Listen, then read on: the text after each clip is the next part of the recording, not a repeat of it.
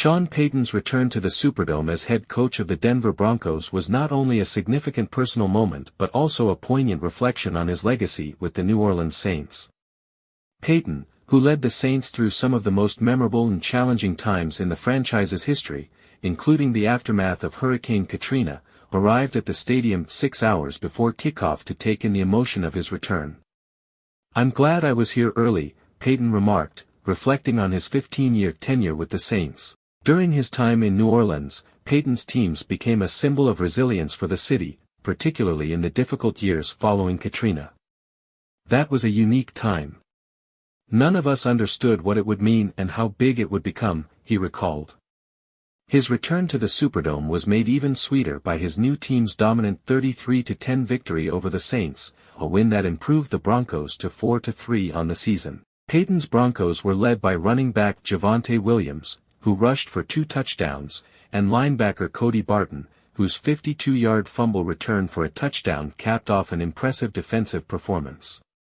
Quarterback Bo Nix contributed as well, throwing for 164 yards and adding 75 rushing yards in a game where Denver outgained New Orleans 389 yards to 271. The Broncos, known for their top-tier defense, harassed Saints rookie quarterback Spencer Rattler throughout the night, sacking him 6 times and forcing 2 fumbles. Rattler, starting in place of injured veteran Derek Carr, struggled to handle the Broncos' defense, which entered the game ranked 4th in the NFL in yards allowed. Despite completing 25 of 35 passes for 172 yards and rushing for 34 more, Rattler's 2 fumbles were costly, particularly the second, which was returned for a touchdown by Barton in the fourth quarter. Rattler also left the game after taking a hard hit on the play, giving way to backup Jake Haener, who connected with Cedric Wilson for New Orleans' only touchdown late in the game. For the Saints, the loss was their 5th straight, dropping them to a dismal 2-5.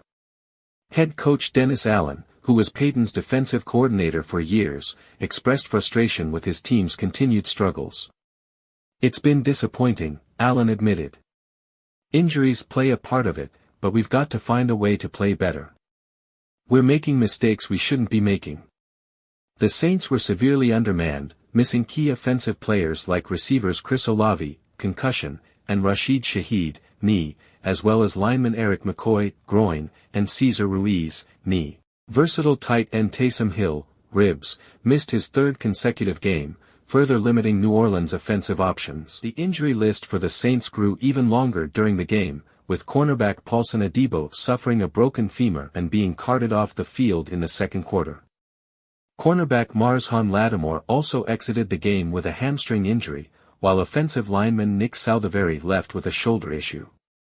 The Saints' defense, normally a strength, couldn't come up with any momentum-shifting plays. Tyrann Mathieu, the veteran safety, dropped a potential interception that sailed directly into his hands just before halftime, allowing the Broncos to extend their lead to 16-3 going into the break. Despite the blowout loss, halftime provided Saints fans with a nostalgic moment as the team honored legendary quarterback Drew Brees. The Superdome crowd erupted as Brees was recognized for his induction into the Saints Hall of Fame, a ceremony that included the unveiling of a portrait of Brees holding the Lombardi Trophy from the team's 2009 Super Bowl victory. Payton, who coached Brees for 14 seasons, was present earlier in the day at a luncheon in Brees' honor, adding to the emotion of the reunion.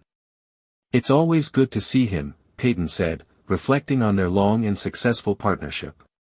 Brees finished his career with 80,358 passing yards, 2nd in NFL history behind only Tom Brady. For many fans, Brees' halftime tribute was the highlight of the night, as the Saints' poor performance on the field left the Superdome largely empty by the time the fourth quarter began. For Payton, the night was bittersweet. While his Broncos came away with a much-needed victory, seeing his former team in such a dire state hit close to home. "I felt bad," Payton admitted. "New Orleans is nicked up, got a lot of injuries." The Saints, who once thrived under Payton's leadership, now find themselves facing an uncertain future. As the Broncos look to build on their win, they'll return home to host the Carolina Panthers on October 27th. Meanwhile, the Saints must regroup and figure out how to salvage their season, with injuries mounting and their playoff hopes fading.